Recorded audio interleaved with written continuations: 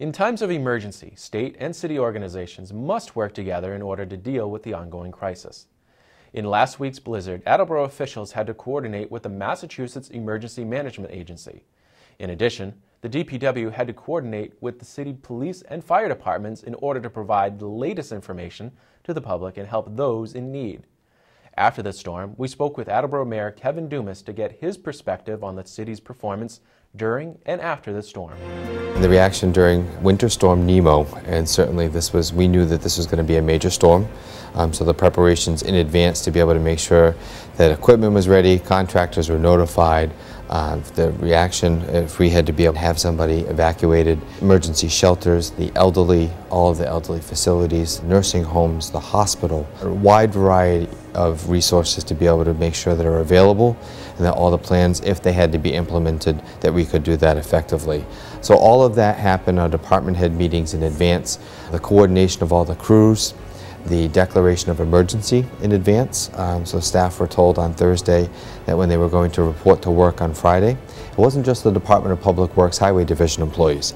It was all of the rest of the city department's employees, of all the laborers. So people from park, forestry, animal control, the zoo, the laborers that may be working at the government center, the library, so all of the laborer staff, including water and wastewater, all of those people were put on notice on Thursday. Don't expect to go through and go home anytime soon with a blizzard of this capacity. And of course the setting up and the operation of police and fire, and specifically our emergency operations center with the department heads and getting that up and running. Winter Storm Nemo took its ravage out on this section of Massachusetts and southern New England. Certainly will leave its mark as one of the top 5 storms in history in the Commonwealth of Massachusetts since weather's been tracked, and it was a massive storm.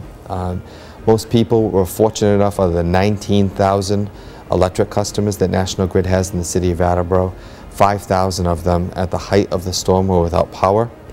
It was reduced on Saturday. It was down to about 769 people without power, and that was reduced down to the Peckham, Pike Avenue, Wilmarth, and Slater Street area. So that whole section of the city, and the streets off of the streets I just mentioned, were without power, and the power was restored on Sunday evening. And we worked very hard with National Grid to get them back up and running. An Irene or a Sandy that happened when it was warmer weather, this happened when it was cold, and that was a big deal because if we couldn't get the power back on and working with National Grid and the liaison, then we were going to have to look at evacuations of those areas and getting people into the shelter that we had established at Attleboro High School. Battling the storm itself was a monumental task, and in being able to respond, the city still has normal emergencies it has to respond to. So police and fire still have their jobs to do, separate and distinct from fighting snow. So having over 80 pieces of equipment that were out there, and that's all of city staff, that's all of the contracting staff. We called them in early. Residents need to know staff didn't go home when they reported to work on Friday morning. So as the storm was starting to approach, roads were treated and the activity started to begin and people were assigned to their routes. Like with anything, you're going to have problems. Equipment, new and old, breaks down. We had 4 mechanics that were on the clock all the time, going through, repairing equipment. But in the height of the storm, just like with what happens with normal weather, you'll see that there ends up being issues as it relates to different parts of the city getting hit harder than others. And when we ended up having the thunder snow, which is what I would equate to the microburst of a rainstorm, hovered over the downtown area and that section that knocked out power down off of that section of the city we talked about, down at Pike Avenue, Peckham, Wilmarth, Slater, and all those subdivisions off of those main secondary thoroughfares, knocked it out, and those people got hit and they were pummeled with thunder snow. So people didn't think that the city actually had plowed their streets on Friday night. They did. And with the wind gust of 60-mile-an-hour plus winds that hit, it looked like those streets were never touched, and many other sections of the city too.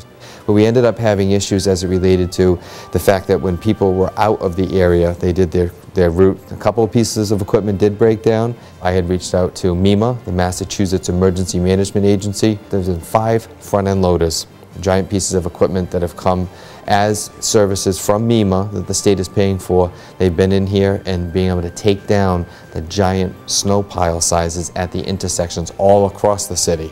and they're going to town, they're working throughout the night. They haven't stopped since they got here, aiding us in that type of response so we can get school back up in operation again. Every snowstorm is different. It's the wind speed, it's the temperature, it's the weight of the snow. If it's light and fluffy, it's easy to push, or if it's heavy. And then after, like this storm, it even made it worse. It wasn't just 2 feet of snow. With the drifts, some areas were 3 to 5 feet. And that was all dependent upon the wind direction, if it was open, if it was between buildings, different sections of the city. The south section of the city got a little bit less.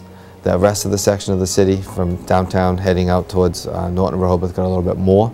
The intensity of the storm, until you were out there actually in the storm and you were fighting that snow, it's really difficult to comprehend what they were going through.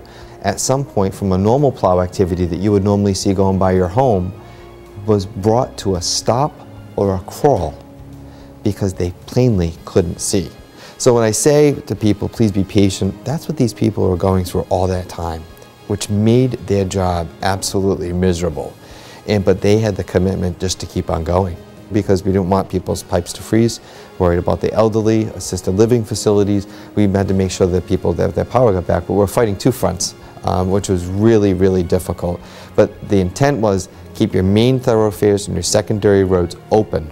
That's the most important thing, because if you lost the maintenance of your main primary and your secondary roadways, then everything comes to a screeching halt. There were other places that were worse off than us. So I know it's difficult. We're hearing the complaints, we're trying to console people, we're listening to them, we're talking to them, but please, as you just try to understand of what they were fighting, how they were doing it, and to be able to go through to at least try to do the very best. And did we have problems at areas? We absolutely did. Do we learn from that? Yes, absolutely. You know, we go through and reorganize plans and look at things differently, but when Mother Nature brings you to your knees, to a screeching halt, and until you bring in other specialty equipment, people aren't used to a blizzard, and people aren't used to a top 5 snowstorm smacking the city the way that it did and our whole region the way that it did. And that's when I say all staff, some people say, well, does that include me? Everybody. So, you know, all of the plow drivers, all of the contractors, all of the police and fire personnel, all of the laborers, all of the shoveling crews, I mean, everybody that made this happen, you know, I have to thank them. And this was a team effort. And their commitment and being able to think of different things, how to tackle problems and issues and concerns, they were amazing. And to be able to see people very reminiscent of the blizzard of 1978, where people went through and helped everyone else, and they took the time to say, you know what do you need? Do you need help? Do you need food? Do you need help shoveling? Whatever the case is. When you see those acts of kindness, they say, you know what, that's what it's all about. And to be able to see people helping each other was absolutely fantastic.